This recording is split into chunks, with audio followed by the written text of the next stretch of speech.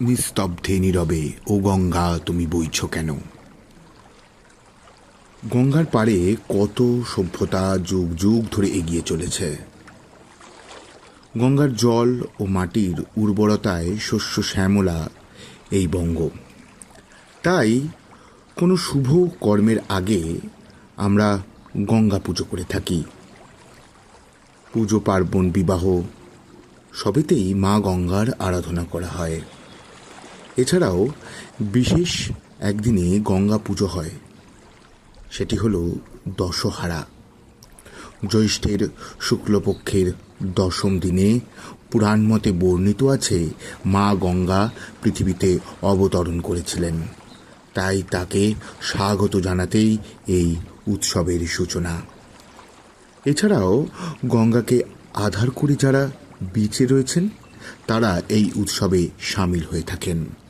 মূলত যেসব প্রদেশে গঙ্গা প্রবাহিত হয়েছে সেখানে এই উৎসব মহা ধুমধামে পালিত হয়। উত্তরপ্রদেশ, বিহার, পশ্চিমবঙ্গ বিশেষভাবে পালন করা হয় এই উৎসব। গঙ্গা আরতি, ফুল, দ্বীপ, ধূপ দিয়ে গঙ্গা পুজোর পর গঙ্গা স্নান করা হলো এই দিনের রীতি। পশ্চিমবঙ্গের দক্ষিণ 24 পরগনা এবং উত্তর 24 পরগনায় এই উৎসব বিশেষভাবে পালন করা হয়। আসলে এখানকার মানুষেরা পুরোপুরি গঙ্গা নির্ভর।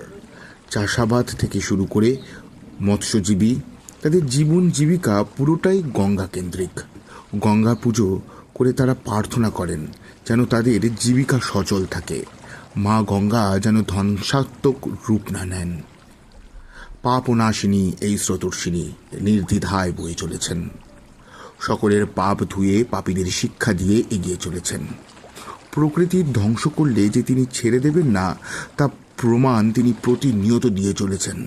দুকুল ভাসিয়ে গ্রাস করছেন আর বারবার চোখে আঙুল দিয়ে বলছেন, গাছ কেটো না, ম্যানগ্রোভ কেটো না।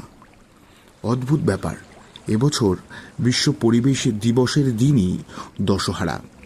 সকলেই প্রার্থনা করি মা গঙ্গার কাছে, প্রতিজ্ঞা করি তার কাছে, আমরা পরিবেশ ধ্বংস হতে দেব না।